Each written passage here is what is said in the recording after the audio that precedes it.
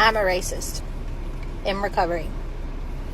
If you haven't seen me before, hi, my name's Janelyn. I have been talking about how I was born and raised in the Deep South, Baton Rouge, Louisiana, raised to be a racist, and how I've been dismantling that for the last 15 years. If you like this content, give me a follow. If you have any comments or questions, please put it in the comments. I will respond to it. If you have any particular topics that you want me to talk about, leave those in the comments. Let's talk about white privilege. I think a lot of white people don't want to accept this concept. I get it. I get why. Like, I'm thinking, I don't have white privilege. I haven't had anything handed to me. I've worked for everything I have. I have worked my ass off, and life has not been easy. I've been through a lot of shit. I get that.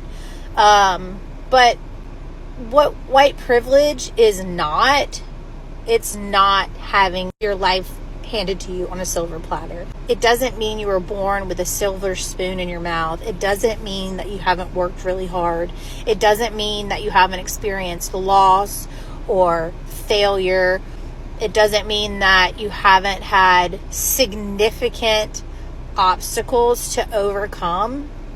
It simply means that the color of your skin did not add to those struggles.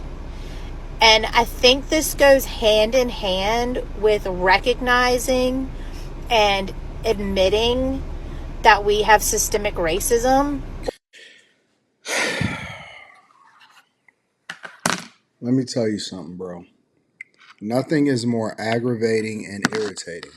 Dear white people, nothing is more aggravating and keeps up this whole trope that we are victims in 2025 and beyond as of the recording of this video than to see you guys up here always talking about stuff that is not relevant to anything that is going on right here, right now.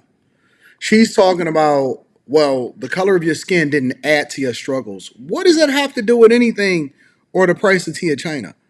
All y'all doing, if y'all don't already know, is you're continuously keeping this whole narrative up that has black people thinking that they are struggling more than anybody else, which basically sets them at a disadvantage because they go into everything as a victim Olympian and thinking that the whole world is against them instead of doing what it is that they need to do in order to be successful.